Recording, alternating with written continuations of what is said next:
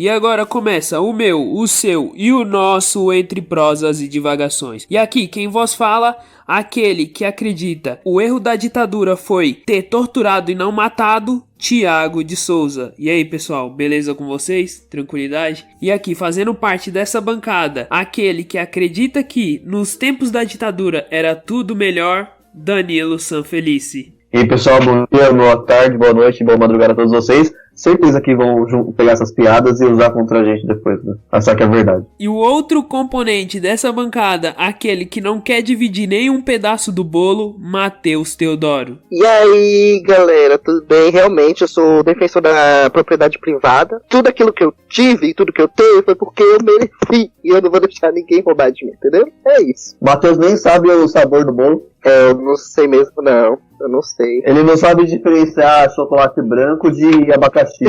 Então, pessoal, no episódio de hoje nós iremos desconstruir algumas ideias sobre a ditadura. Vamos falar um pouco sobre o próprio processo do golpe, algumas ideias que cercavam ali. Vamos falar sobre a economia do período, vamos falar um pouco sobre educação e saúde, para desmistificar algumas ideias. Então, logo estaremos no tema, pessoal.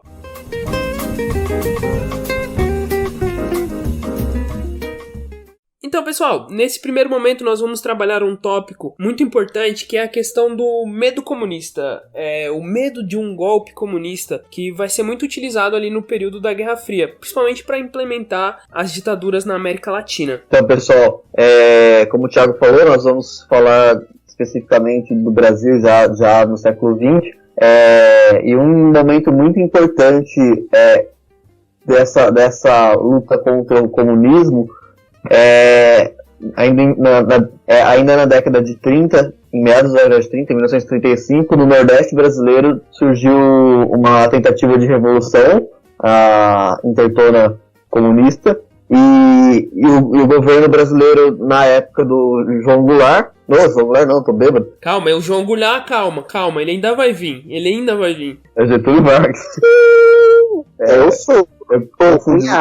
Confundi os gaúchos. E o governo brasileiro, na época do governo de Getúlio Vargas, que ele ainda não tinha, ele tinha tomado o poder em 1930, com a Revolução de 30, acabado com a política do café com leite, não tinha desenvolvido ainda a Constituição, como ele havia dito que faria. Teve até a Revolução de 32 em São Paulo tentando aprovar essa Constituição, mas não deu certo. Em 35 teve essa tentativa de revolução comunista no Brasil, no Nordeste brasileiro, e o Exército Nacional, a Guarda Nacional é acionada e destrói toda a organização comunista no Nordeste, prende, tortura os seus líderes e tudo mais. E essa tentativa de revolução é usada por Getúlio Vargas para dar o golpe e iniciar a ditadura do Vargas, e iniciar o Estado Novo, em 1936. Então foi um momento onde esse discurso anticomunista foi largamente usado já para dar um golpe, assim como os militares fizeram em 64. Isso aqui é uma pergunta para vocês. Existem boatos históricos de que Getúlio Vargas já sabia, através de uma ligação das forças secretas dos Estados Unidos, que existia uma intenção de revolução por conta de comunistas. E o que o boato histórico diz é que, justamente por saber que existia essa intenção, Getúlio teria meio que dado corda aos enforcados, que ele teria meio que, tipo assim, enfim, as forças americanas teriam ligado para Getúlio Vargas, para o governo brasileiro, falando sobre uma situação onde algumas pessoas do Partido Comunista que teriam recebido supostos treinamentos lá na Rússia, na União Soviética, que eles teriam recebido treinamentos e tinham voltado para o Brasil com essas ideias comunistas, aonde o intuito era dar um golpe comunista no país.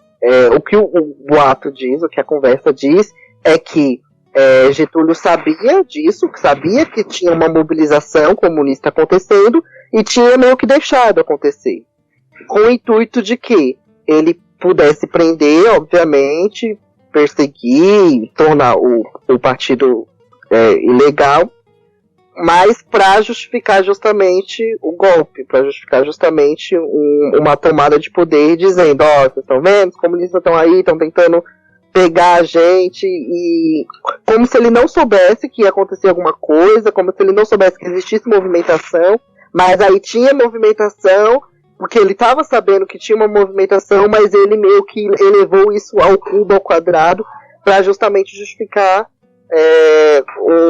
o que ele fez, né, as coisas que ele fez. São boatos históricos. Existiu, porque isso acontece muito agora, né? Existe muito boato de que existem movimentações, igual estão fazendo agora com os movimentos antifascistas, movimentações de comunistas disfarçados, blá, blá, que querem tomar o poder, blá, blá, blá, e aí usa-se disso para dar início a medidas autoritárias que viram o que a gente sabe que viram. Então, em relação aos boatos, é uma meia verdade, assim. Primeiro, é importante ressaltar que os comunistas, à época, eles são bem diferentes dos comunistas hoje, né? Então, o Partido Comunista Brasileiro, ele era estritamente revolucionário na época, né?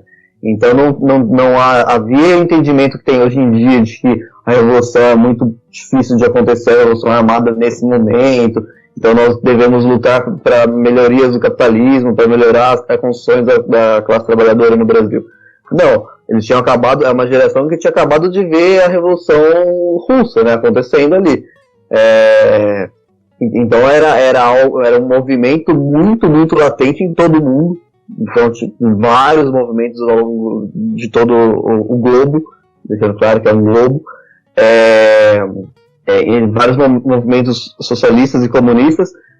Então esses comunistas eles sempre são revolucionários. A pauta é sempre tentar tomar o poder através da revolução armada.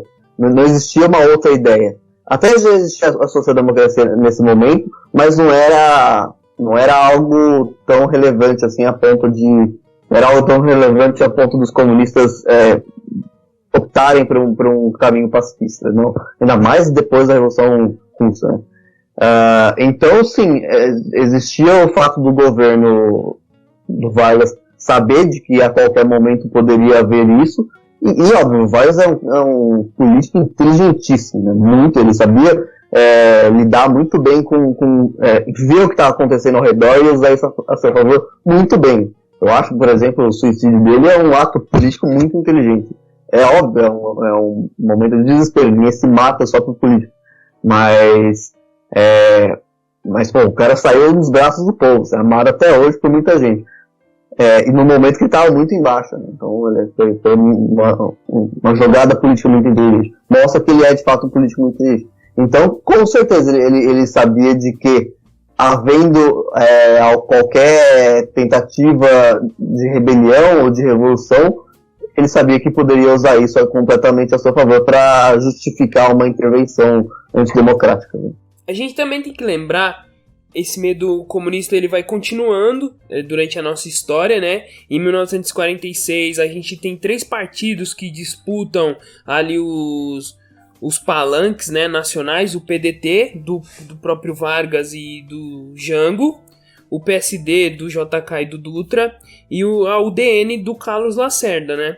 E só que com as derrotas consecutivas da UDN, eles começam a disseminar a ideia de um golpe comunista. Na eleição de 1950, lançaram em seu jornal a mentira de que o Vargas era envolvido com os comunistas, logo o Vargas, né? Que a gente acabou de citar aqui, que mandou prender um monte de comunistas, né?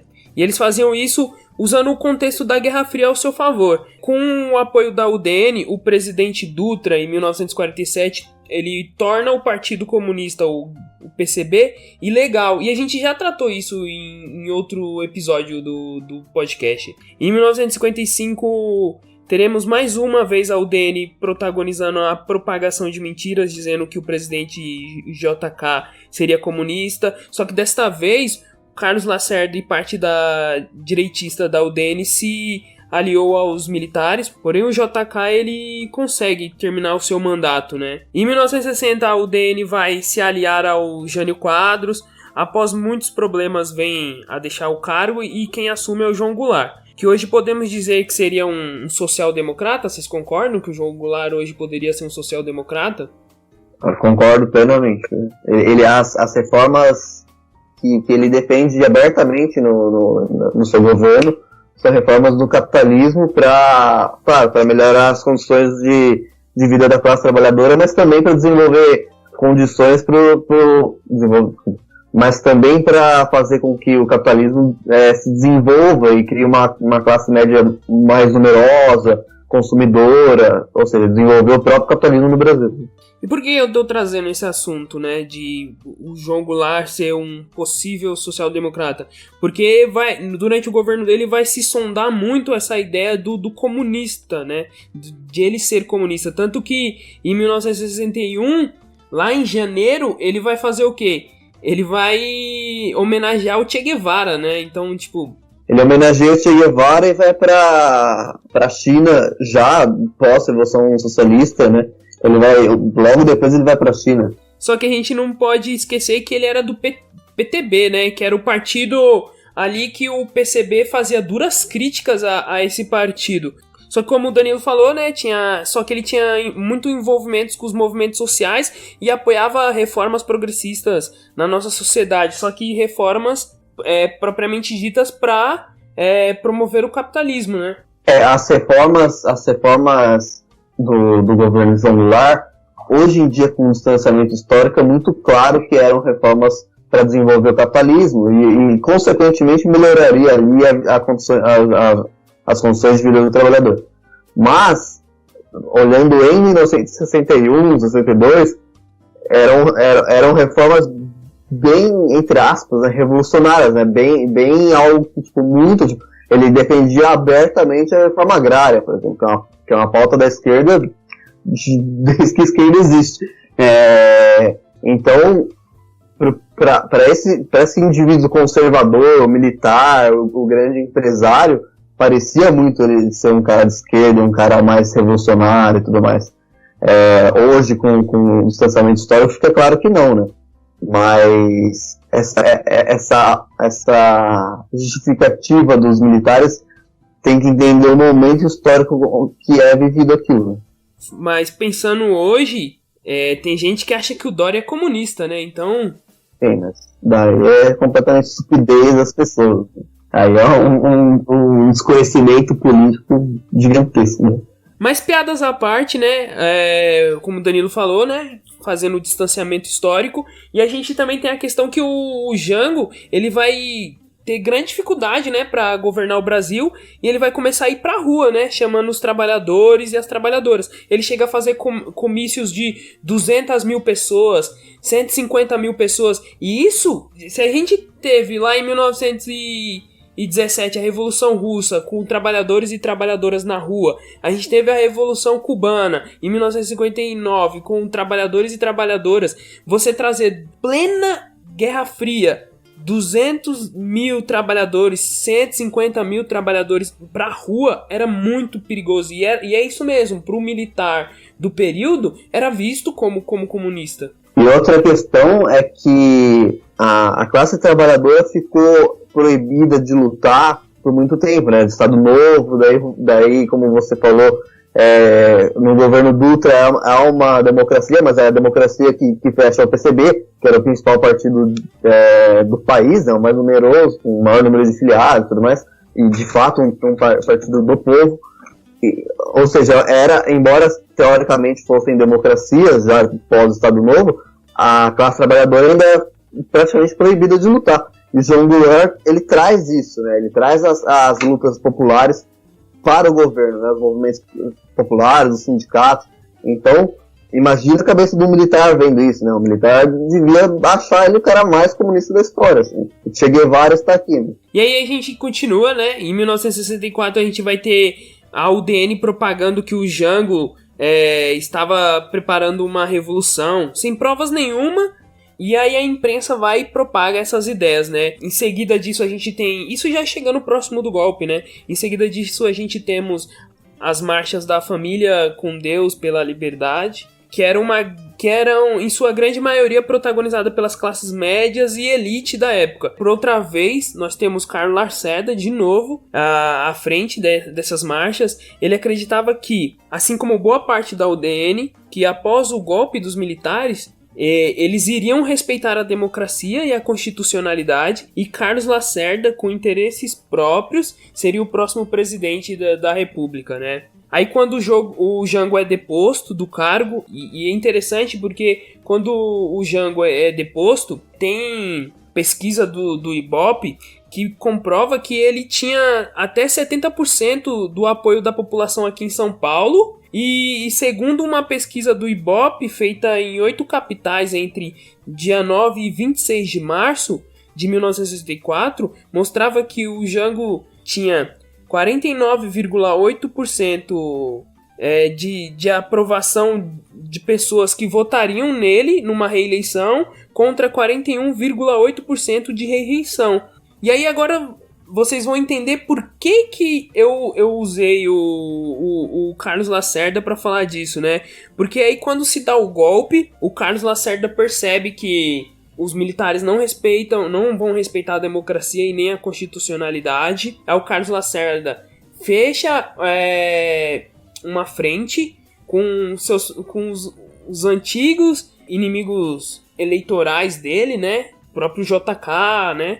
E aí ele vai ser perseguido pela ditadura. Com a implementação do AI-5, ele vai ser preso e ele vai ser tratado como comunista. Então, por que eu usei o Carlos Lacerda para falar disso? Porque você vê que essa questão do comunista é uma roupagem muito fácil de se utilizar para qualquer um. Então, por isso que hoje a gente tem o Dória comunista, o Alexandre Frota comunista, porque o comunista, ele não é o comunista. O comunista é quem se opõe ao autoritarismo.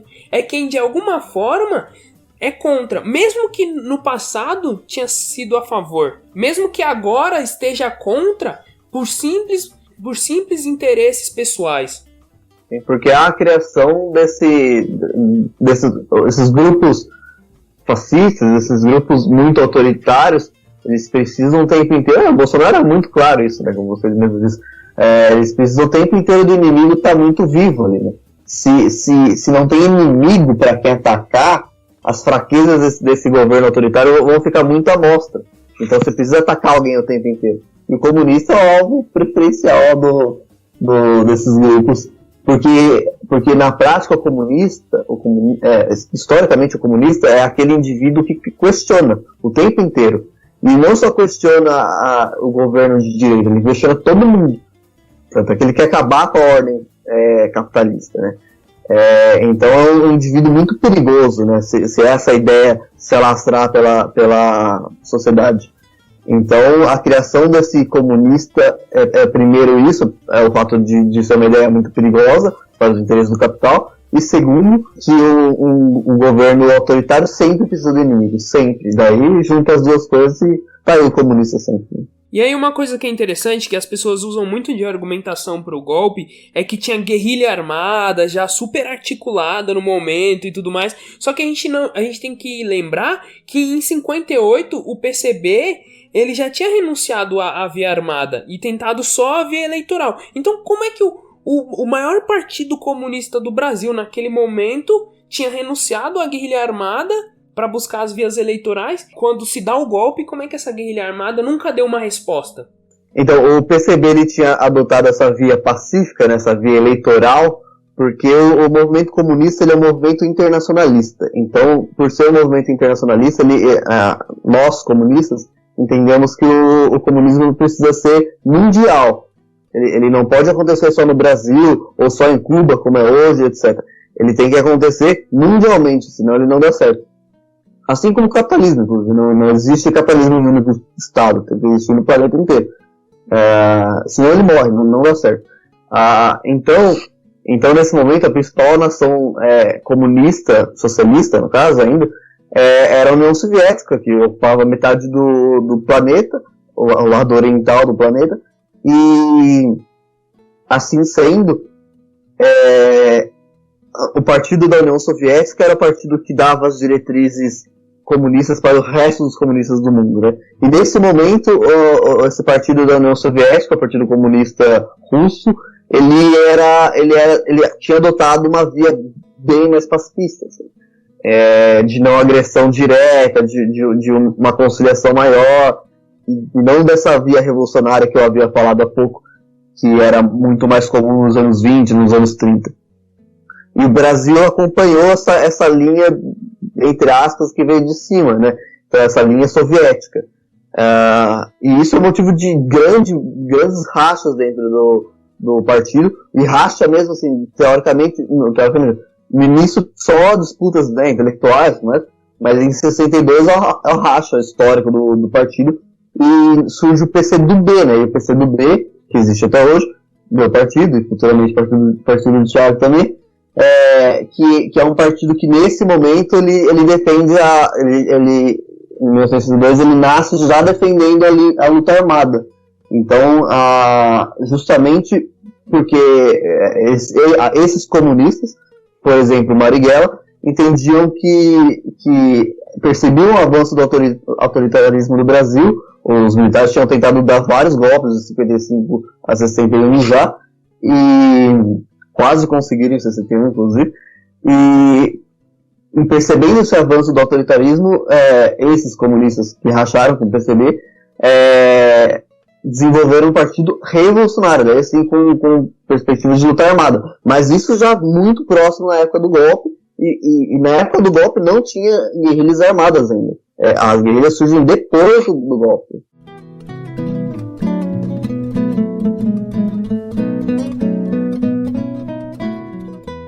Então, pessoal, uma das principais questões, uma das principais ilusões criadas pelo regime militar é a questão do milagre econômico. O milagre econômico realmente existiu, ele não é uma ilusão. A questão é que durante 69 e 73, a economia do Brasil cresceu 14% a 15% ao ano. É um crescimento muito grande. Porém, esse crescimento ele só é possível por alguns fatores. Primeiro, e muito importante, é a participação dos Estados Unidos injetando dinheiro na ditadura militar.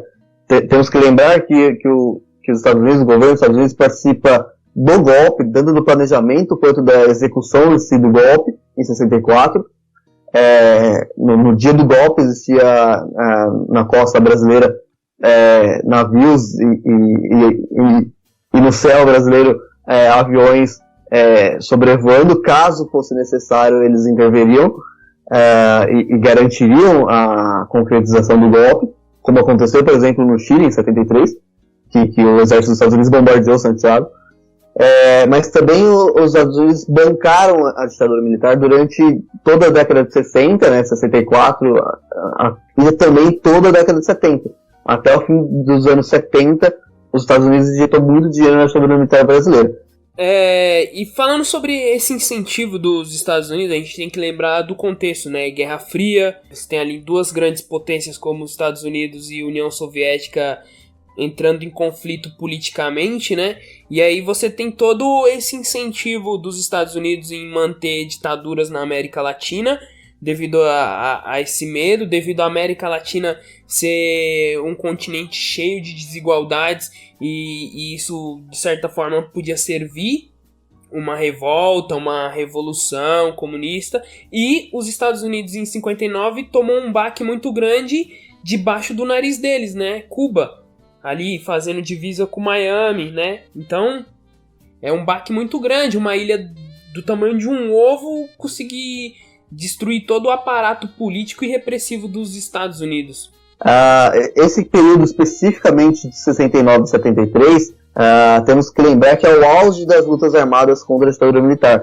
E além disso, é o auge das lutas populares contra a ditadura militar. Então tinha muito protesto de estudantes na rua, protestos de artistas na rua, protestos de trabalhadores, greves de trabalhadores nas ruas, no fim de 68 e início de 69. Então é um momento onde a repressão aumentou muito no Brasil. Por exemplo, em 1º de janeiro de 69 tem o AI-5, que é o momento, o golpe dentro do golpe, né? O momento onde a ditadura fecha completamente o Estado e passa a reprimir todo mundo. Então, o milagre econômico é fundamental para os interesses da ditadura, porque eles estavam torturando todo mundo. Então, todo mundo que ousasse falar um A contra a ditadura militar era preso e torturado. Muitos mortos, muitos desaparecidos. Então, era necessário algo para contrapor esse lado muito ruim, né? Então, o milagre econômico é esse outro lado, é algo para distrair as pessoas.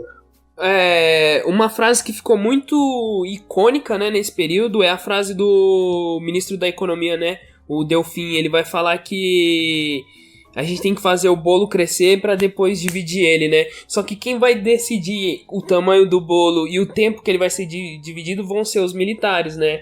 Exatamente. Outra questão que garante a realização do milagre econômico, e aí é muito importante, muito mesmo, é perceber que o principal alvo da ditadura militar são os trabalhadores. Então, a classe trabalhadora ela é oprimida desde o primeiro dia do golpe de uma forma muito violenta. E não só violência física, né, como prisões e torturas, além de violências organizacionais, como o fechamento de sindicatos e qualquer organização trabalhadora, mas também a violência econômica, né? Então, a classe trabalhadora sofre com o arrocho salarial. O arrocho salarial, a gente já falou em outros episódios, o arrocho salarial é o momento onde a prática, onde a inflação sobe mais do que o salário dos trabalhadores. Ou seja, para os trabalhadores conseguirem o mesmo poder de compra de antes do golpe, eles tinham que trabalhar 3, 4 horas a mais. Isso de trabalho, sem falar em deslocamento e tudo mais. Então, o trabalhador passa a produzir muito, ele trabalha muito mais tempo ali, mas não tem a contrapartida financeira. Então, a produção cresce, mas o trabalhador continua na merda. A consequência disso, a soma desses fatores, é o milagre econômico. E o milagre econômico, porém, ele não é para a população, não é para o Brasil, ele é para uma elite muito pequena. Essa mesma elite que vai para a Disney hoje em dia. Então, esse grupo muito pequeno da população brasileira, que se hoje em dia é pequeno, imagine nessa época, esse grupo conseguiu ter os frutos desse milagre econômico. Mas o resto da população brasileira bancou isso, né, através do seu suor e do seu sangue. Outra coisa interessante também em torno da questão econômica do período da ditadura militar é a dívida externa, né? Porque como a gente falou aqui sobre a questão dos Estados Unidos, né? Os Estados Unidos ele não vai incentivar e investir na ditadura militar no Brasil, assim como em qualquer outro país da América Latina, de graça, né? Isso tudo vai ser feito a partir do FMI, né? Então, a dívida externa do Brasil no início de 64, ela tem 3,2 bilhões, né? E em 1985, a dívida vai chegar a 102 bilhões. Então, a gente vê que os militares conseguiram enriquecer muito a dívida externa, né? Sim, sim. E é um momento também que há a dívida externa cresce muito, mas também o Brasil ele é loteado, assim, né? Então é o momento onde inicia o processo, por exemplo, de privatização do Brasil. Então, um dos interesses dos Estados Unidos também é garantir que suas empresas entrem no Brasil e as multinacionais, né, com mão de obra barata.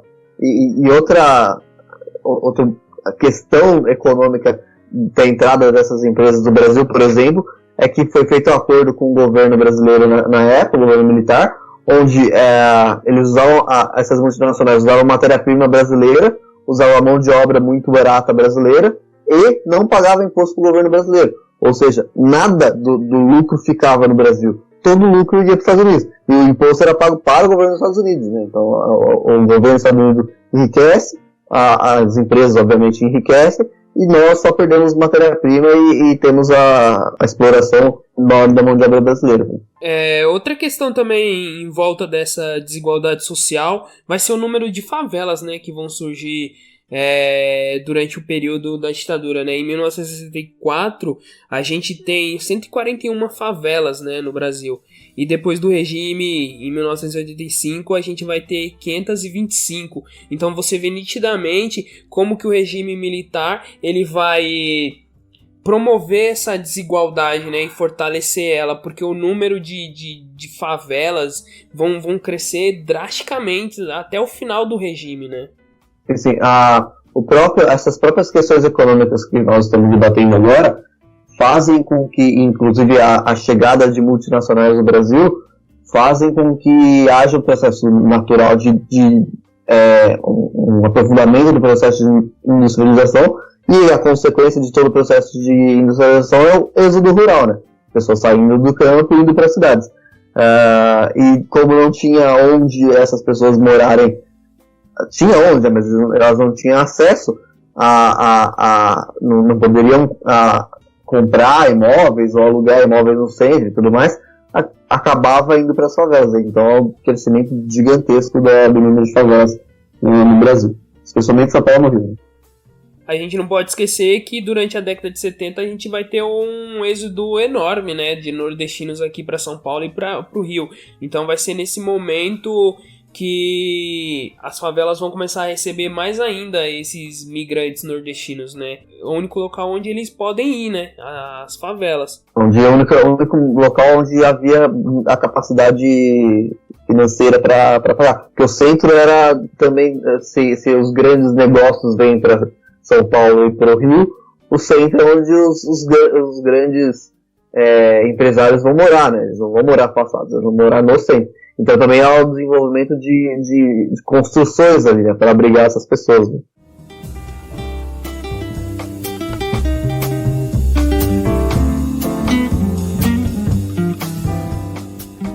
Então, pessoal, outra questão que nós vamos abordar agora é em relação à educação. E como todo bom historiador, nós vamos falar um pouquinho antes agora, voltar um pouco no tempo, para falar como é a educação antes do golpe, para dar uma contextualizada. A educação no Brasil, como todos sabem, sempre foi uma questão de muita desigualdade, né? Então, o Brasil, antes do golpe, tem números de analfabetismo muito, muito grandes. Mais de 50% da população antes do golpe era analfabeta. Um rápido panorama da educação brasileira, que até os anos 30, né, então ali na Primeira República, a responsabilidade de educação era dos estados. Não havia um plano nacional de educação. Então, cada estado fazia de seu jeito, se não fizesse, a responsabilidade dos governos estaduais, não do governo federal. Assim como o que estudar, né? Ensino religioso, ensino laico, não é tudo responsabilidade do estado. Obviamente que todo estado optava pelo ensino religioso. Porque quem aqui quer aprender Darwin? O negócio é aprender que veio do barro, tio. Já era. Exatamente, porque a ideia do barro faz todo sentido, né? Não mulher veio da costela do homem, tinha cobra que falava e morder maçã. Já era, acabou.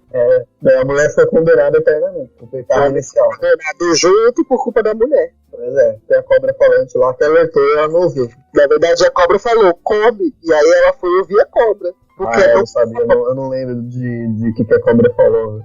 Ela falou. Me ganhou na hora que tinha animal que falava. No Darwin, na teoria das espécies lá, da evolução das espécies, não tem animal que fala. Então não é legal. Você viu, não evoluiu direito, né? Tem uma cobra que fala, vem comer essa maçã. E ela vai, né? Exatamente. Mas aí, minha filha, comer a maçã abriu a caixa de Pandora, né? Então, beleza. A primeira vez que há um debate acerca da necessidade de uma educação nacional, né, de que o governo federal cuide da educação, é com o governo Vargas, mas já no fim do governo Vargas, ali em 1945, e daí são criadas as primeiras leis nacionais de educação. E essas primeiras escolas mostram claramente a ideia elitista, a ideia classicista do governo, né, porque do Estado brasileiro, né, porque as escolas ficavam nos bairros da elite, possuíam matérias como arte, cultura, música e tudo mais. E nos bairros operários eram matérias que garantiam o mínimo que ele devia saber para operar qualquer trabalho braçal, né? Então, era claramente escolas para formar peão ou para formar intelectual, na escola dos ricos, e peões formados na escola da classe popular. Então você vê o caráter classicista da escola já aí, e que faz com que explique muito claramente que em 1950 metade da população brasileira era analfabeta. Nos anos 50, as escolas públicas elas eram muito boas já. Só que ainda o caráter de classe se manteve, porque para você chegar nessas escolas públicas, principalmente secundaristas, você tinha que pensar no vestibular, e esse vestibular era muito difícil. E daí, só conseguia entrar quem tinha tido aquela educação básica boa, com aulas de música, aulas de cultura, aulas de arte e tudo mais. Já a população das classes populares não conseguia passar no vestibular, ele tinha acesso ao vestibular, mas obviamente não conseguia passar. Então esse é o momento, já existia uma educação privada também, mas ainda muito pequena. Então no governo João Goulart, em 61, quando nós falamos há pouco que o governo João Goulart traz a classe trabalhadora para dentro do governo, os movimentos sociais dentro do governo, também traz todo esse movimento que lutava por uma educação popular de qualidade. Então é no governo João Goulart que esse debate cresce muito e as primeiras movimentações de uma reforma educacional popular de qualidade. A gente tem que lembrar que no passado, antes desses debates começarem a ficar fortes junto com o governo do João Goulart, a gente tem que lembrar que a gente teve o movimento da Nova Escola, né, que foi um movimento que pregava a educação autônoma e libertadora e tudo mais, e isso vai se perder durante o governo militar, né, esse processo desse tipo de educação que a Nova Escola debatia. Agora, após o golpe, logo no início dos primeiros meses de golpe, e daí mostra como o golpe estava muito bem costurado já antes, porque os militares passaram a prender centenas de professores, tanto a nível secundário quanto a níveis universitários, prender, perseguir, demitir. Então muitos professores universitários foram demitidos, exonerados dos seus cargos. Por exemplo, nós podemos citar professores históricos do Brasil, como Darcy Ribeiro, na UNB, que foi um dos fundadores da UNB, por exemplo, e o Florestan Fernandes, na USP, que foram demitidos dos seus cargos nessas universidades públicas, e eram pensadores, eram professores que defendiam o ensino público de qualidade, né? Então, para o governo, eles eram comunistas, alguns deles eram, de fato, mesmo. Mas nada contra. Eles eram de fato comunistas, mas para os militares eles eram professores muito subversivos, né? Então os militares tentou calar todos isso. E muitos dos professores também foram presos e torturados, como o professor Anísio Teixeira, que foi demitido de vários cargos que ele ocupava, e ele foi encontrado morto dentro do posto do elevador do prédio onde ele morava. Muito provavelmente ele não caiu lá porque ele escorregou, né? E a gente também tem que lembrar que antes, no governo do João Goulart, vai ser aprovado pelo Congresso Nacional uma lei que previa o investimento de 12% do Produto Interno Bruto, né, o PIB, na educação. Em 1970, esse percentual foi de 7,6% e caindo para 4,31% em 75. Então você vê um investimento na educação cada vez mais diminuindo, e isso causa o quê? A precarização, principalmente nas instituições públicas, na escola pública, secundarista e fundamental, nas universidades federais. Outro projeto que a ditadura militar reprimiu e que estava dando muito certo na década de 50 eram as campanhas de alfabetização desenvolvidas pelo Paulo Freire. O Paulo Freire, nesse momento, era o coordenador do Programa Nacional de Alfabetização, e o método Paulo Freire de alfabetização é mundialmente famoso até hoje. Nós debatemos nos últimos episódios também, onde o Paulo Freire usava palavras do cotidiano dos trabalhadores, das crianças, para desenvolver a alfabetização deles. Já os militares, eles cancelaram esse programa, perseguiram o Paulo Freire e tudo mais, a sua própria campanha, e essa campanha era baseada nas normas cultas da língua portuguesa. Ou seja, ao invés de falar palavras do cotidiano do trabalhador, falava palavras como eu estou ébrio hoje. Estou ébrio. Esse sistema de alfabetização desenvolvido pelo governo militar ficou conhecido, é muito famoso o nome como Mobral. Ele é muito conhecido pela cartilhazinha, né, que ele tinha com as palavrinhas, que era bem padronizado, né, isso esquecendo toda a questão cultural regional que nós temos, né, porque se você parar a pensar, aqui em São Paulo é uma coisa, no Nordeste é outra, no Sul é outra, no Centro-Oeste é outra coisa. Então quando a gente pensa em educação, a gente tem que pensar respeitando também essas culturas regionais, e mesmo dentro de uma cidade, tipo São Paulo, nas periferias é uma coisa, no centro é outra coisa, muito diferente. Então tem que respeitar muito essa coisa de cultura, né? Exatamente. Uma questão dessa regionalidade, por exemplo, um exemplo bobo, mas que mostra essa regionalidade, que nós aqui em São Paulo chamamos mandioca de mandioca. A minha namorada no Rio Grande do Sul chama de aipim. E no Ceará as pessoas chamam de macaxeira. É a mesma raiz com 3 anos diferentes. Então como é que você vai colocar uma cartilha escrito mandioca pra alfabetizar uma criança no Rio Grande do Sul? Sendo que quando ele chega em casa, a mãe dele fala, tem aipim. Exatamente. Né?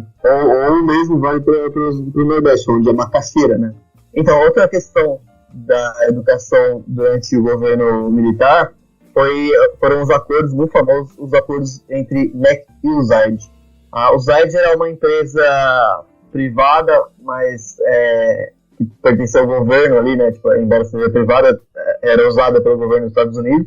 E, novamente, como a gente falou há pouco, o governo dos Estados Unidos tem uma participação gigantesca nos rumos do governo brasileiro ditatorial. Então, uma das imposições do governo estadunidense para bancar financeiramente a ditadura é fazer uma reforma educacional de acordo com as diretrizes e com as exigências e necessidades do governo dos Estados Unidos, que é priorizando o ensino privado em detrimento do ensino público de qualidade. Então, esses acordos são acordos impostos pelo governo dos Estados Unidos para fazer uma reforma educacional que não interessava necessariamente a população brasileira, e sim as necessidades econômicas e políticas dos Estados Unidos. Então, pessoal, agora nós vamos falar sobre outro tema que cerca a ditadura, que é a questão da saúde pública no país, né? A saúde durante o período da ditadura era extremamente precária. Não que antes não fosse, porque não havia um sistema público de saúde, aí logo os planos de saúde privado tinham um monopólio, né? E já com a desigualdade social, quem podia ter um plano de saúde era simplesmente as classes médias ou as elites, né? Tanto que isso fez com que a mortalidade infantil subisse 4 vezes em alguns estados, né? Só que houve um caso extremamente interessante durante o período da ditadura, que é o caso de uma epidemia de meningite, né? Essa epidemia, ela vai iniciar no ano de 1971, ali no bairro da região de Santo Amaro, né, na região sul de São Paulo, né? Assim que a ditadura teve conta disso, ela logo tentou esconder da população, né? Proibindo que médicos falassem sobre isso, dando entrevistas ou qualquer outro tipo de coisa, omitindo dados e divulgava dados falsos. Diziam até que a epidemia ia contra a segurança nacional, né? Nada muito parecido com o que a gente está vivendo hoje, né? Meu, pô. Nada, quem disse? E entre 1971 e 73, a meningite chegou a matar 14% das pessoas que contraíam a doença, especialmente crianças, né?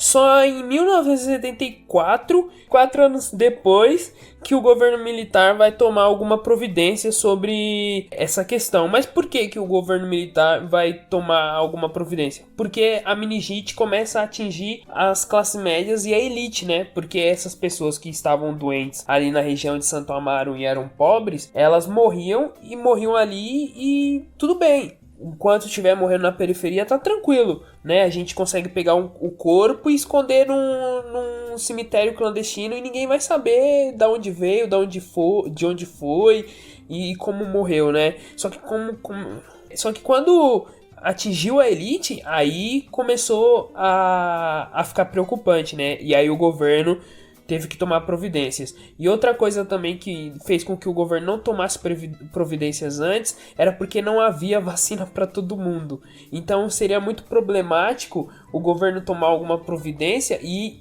a imprensa divulgar isso e a população entrar em completo apavoro, né?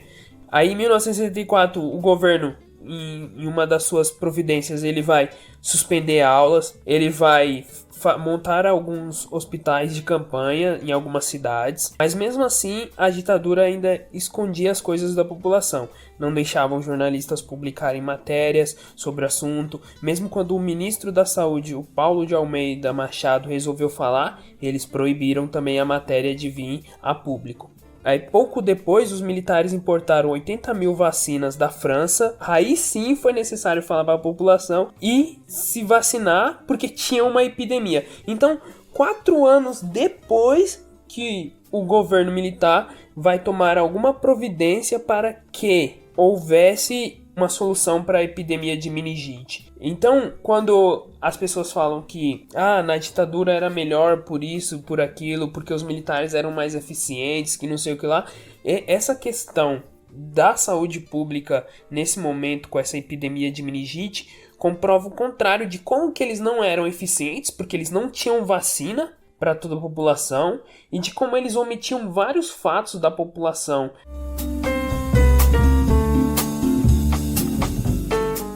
Então, pessoal, um dos principais excessos do discurso do presidente fascista Jair Bolsonaro hoje em dia é de que a segurança pública durante o período da ditadura militar era melhor. Gostei desse fascista na sua voz, sabe? Né? Fascista! Pra deixar claro o que nós pensamos aqui. Você, eu não. Eu sou antifascista, desculpa. Meu. Eu acho que a gente tem que conversar. Tá bom. Então nós trouxemos alguns dados que mostram como esse discurso é manipulado, ele não é real. As estatísticas históricas mostram que é um discurso baseado nas vozes internas dentro da cabeça do Bolsonaro. De 1920 até 1964, a taxa de homicídios... Então, de 1920 até 1964, a taxa de homicídios em São Paulo ficou estável, ou seja, são 44 anos com a taxa de homicídio em São Paulo estável de 5 homicídios a cada 100 mil habitantes. Mesmo que a população da capital paulista tenha saltado nesses mesmos 44 anos de 580 mil pessoas para 3,8 milhões de pessoas. Ou seja, há um salto populacional gigantesco e a taxa de homicídios continua sempre em 5 homicídios a cada 100 mil pessoas. De 1964 até 1969, ou seja, em 5 anos, o número da taxa de homicídios dobra. Sai de 5 para 10 homicídios a cada 100 mil pessoas. Ou seja, bastou 5 anos de governo ditatorial para a taxa de homicídios que ficou estável por 44 anos dobrar. Já mostra que a fala do Bolsonaro está completamente errada. Então, além do desenvolvimento da desigualdade, que obviamente gera uma violência maior, nós temos que perceber a questão da própria ditadura, né? O que ela significa. O Estado brasileiro sempre foi historicamente autoritário e violento. Porém, a ditadura militar, ela legaliza essa violência, ela legaliza a tortura, ela legaliza a violência, entrar na casa das pessoas sem mandado e tudo mais. Então, ao legalizar essas práticas que sempre aconteceram, mas agora estavam dentro da lei, não tinha por que esconder. Então a ditadura militar, a violência aumenta drasticamente, além da desigualdade, porque a violência agora ela passa a ser legal.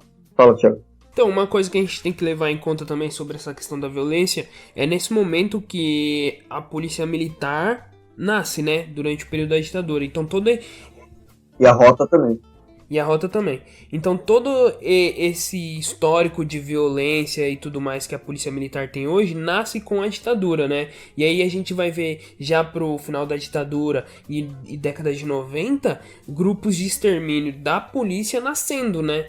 Então isso é tudo derivado da ditadura. Então toda essa forma repressiva de agir da polícia nasce na ditadura. Isso. Então é importante falar em relação à polícia militar que, porque com certeza haverão pessoas que vão falar isso depois que a gente postar o episódio, que a polícia militar ela reivindica sua criação ainda no século XIX, que é quando é formada a Guarda Nacional. Então a polícia militar ela reivindica essa criação como a origem da corporação. Então lá no Brasil da polícia militar tá uma data do século XIX, 1880 e qualquer coisa. Não lembro a data exatamente. Porque para a corporação é importante, primeiro, desvincular-se da ditadura, né? Desvincular-se a sua origem como um órgão de repressão do governo não democrático. E segundo, colocar a sua corporação como algo centenário, né? Algo que vem aí desde a época da independência ou desde a época da república e tudo mais. Então, esses fatores levam a corporação a tomar esse caminho, mas a história está aí para mostrar, como o Thiago falou, que a forma como nós conhecemos a polícia militar hoje, ela foi criada durante a ditadura militar, ali no início da década de 70, para reprimir a luta armada. E, quando acabou a luta armada, quando a luta armada já estava dissolvida no Brasil, a polícia militar não acabou, ela continuou com a mesma prática, mesmo depois do fim da própria ditadura. Então ela arrumou um novo inimigo, que é a população pobre e preta das periferias brasileiras. Lembrando que a polícia militar ela está subordinada ao exército, que por sua vez está subordinada ao poder executivo.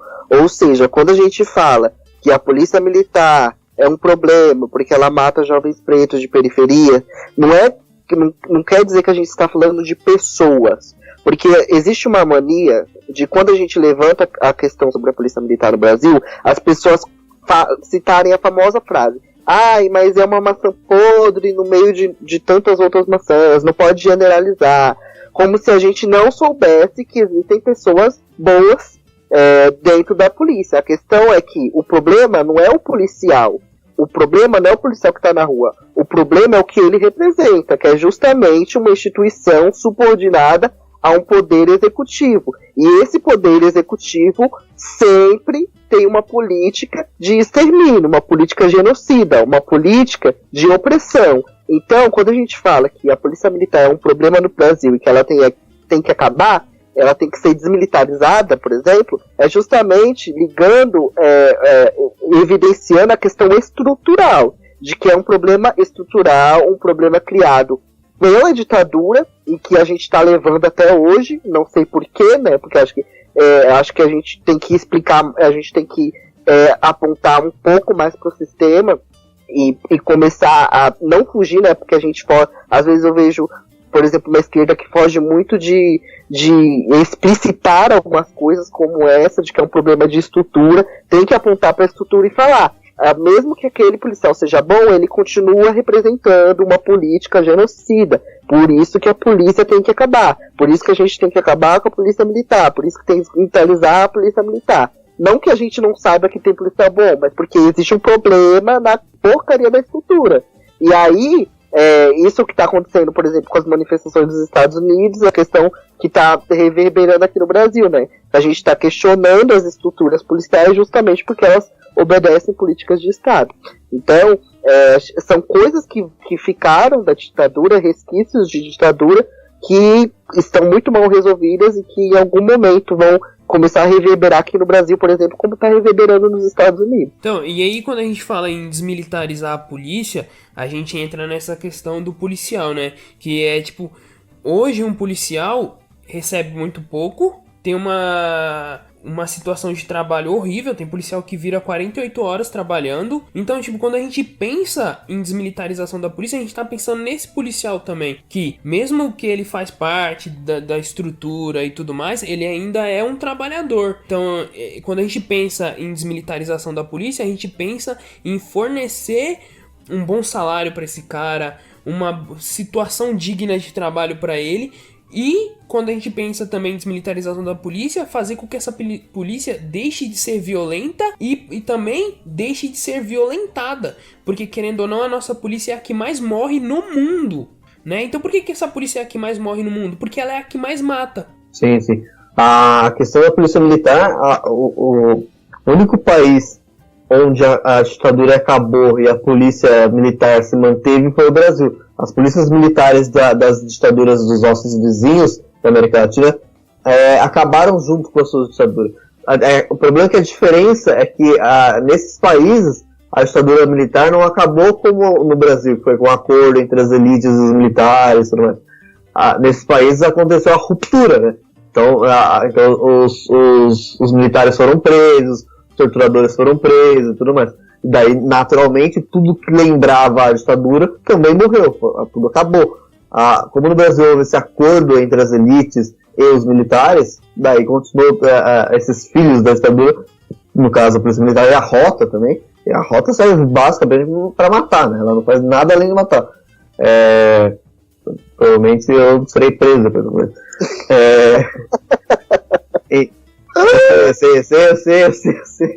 Eu sei. Não esqueça que dentro desse podcast existem outros 2 que estão à sua frente, então... Eu sei.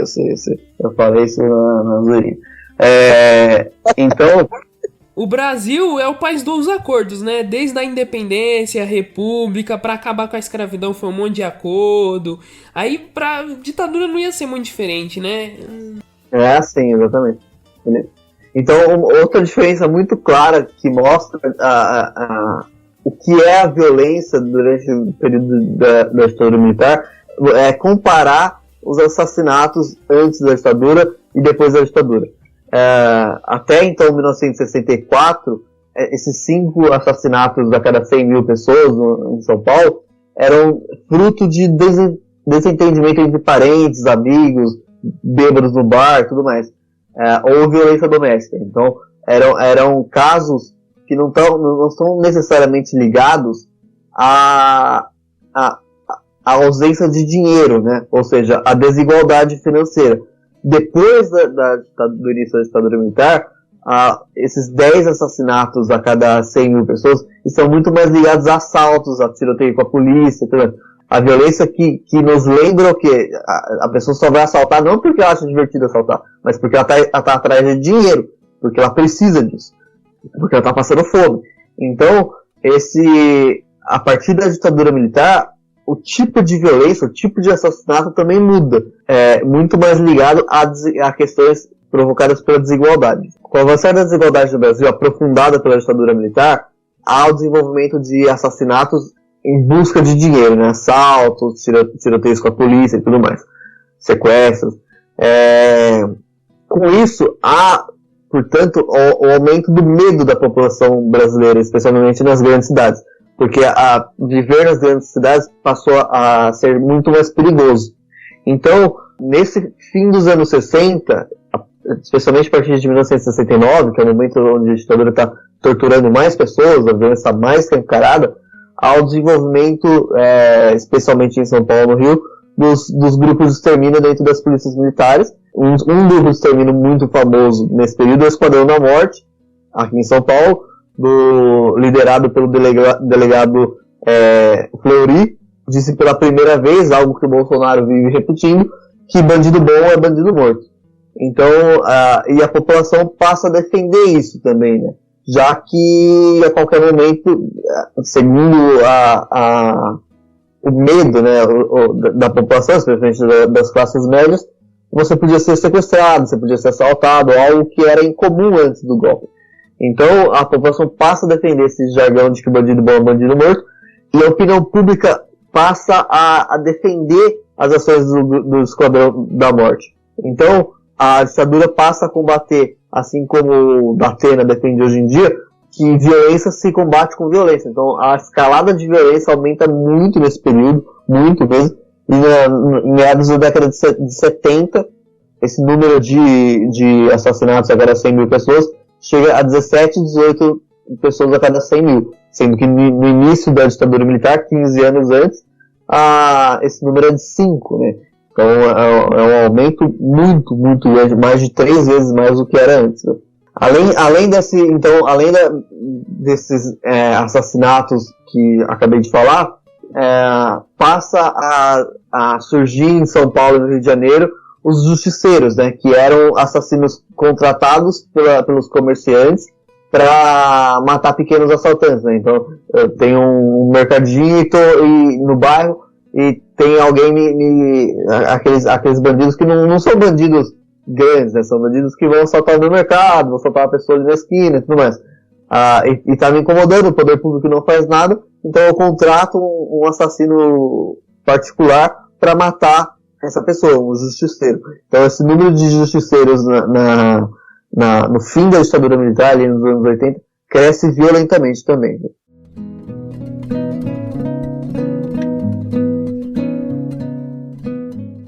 Então, pessoal, agora chegamos no momento indicações. São 2 indicações. Primeiro, o livro, né? Como a gente falou sobre violência policial nesse episódio e tudo mais, eu vou indicar um livro chamado Rota 66, A História da Polícia que Mata, que é um livro do jornalista Caco Barcelos. Ele vai tratar da morte de um grupo de jovens de classe média de São Paulo por uma ação de uma unidade da Rota. É um livro sensacional do Caco Barcelos, que ele elucida, né, ele mostra como que é essa violência propagada pela polícia militar, né, principalmente a Rota. E o filme que eu quero indicar, que eu assisti com a minha queridíssima, né, companheira Laísa, se chama Um Crime para Dois. É uma comédia bem gostosinha, já que tá chegando o Dia dos Namorados aí, ó, para os pombinhos apaixonados. É um filme sensacional para vocês assistirem com seus parceiros, né, suas parceiras, com seus gatos, seus cachorros.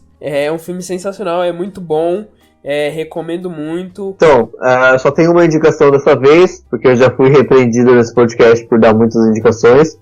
Eu vou indicar um livro chamado A Casa da Vovó, do Marcelo Godoy, que é uma biografia do ECOD, 1969 a 1991, os Centros de Sequestro, Tortura e Morte da Ditadura Militar.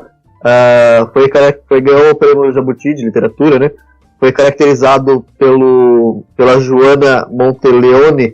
O trabalho de Marcelo Godoy neste livro mostra que é perfeitamente possível e necessário investigar um dos crimes cometidos pela ditadura militar. O país tem direito de conhecer sua história e sua memória. Ou seja, um livro que trata, investiga a fundo o principal centro de tortura da ditadura e mostra muito claramente como que era essa violência que a gente tratou nesse episódio. Bom, eu vou indicar um livro que eu tô lendo, e eu leio bastante ele. Ele é do Nietzsche, ele se chama A Genealogia da Moral. Nesse livro, o Nietzsche vai falar sobre moral, ele vai questionar as questões do que realmente é bom, do que realmente é mal, o que é a má consciência, a boa consciência. Ele vai explicar o porquê que essa questão de moral é muito mais cultural mesmo. Não existe verdade absoluta quando se trata de moral, né? E uma das coisas que levam com que a ditadura aconteça e com que as ditaduras aconteçam é justamente a criação de uma moral. Então, cria-se uma moral, uma verdade, ou distorce-se uma verdade que já existe e transforma ela em uma pós-verdade, e aí tudo que é contra essa verdade se torna imoral e, consequentemente, a gente vê o que acontece, as perseguições, as criminalizações de movimentos, de pessoas, de instituições, enfim. É um livro muito bom pra gente aprender de fato o que é moral, o que é ética, e prestar atenção para não ser enganado por uma falsa moral quando ela vem nessas ondas de fascistas, né, disfarçadas de defesa do país, de defesa não sei do que. Então eu acho que é isso, pessoal. Sigam a gente nas redes sociais, sigam a gente no Spotify e até mais. Tchau, pessoal!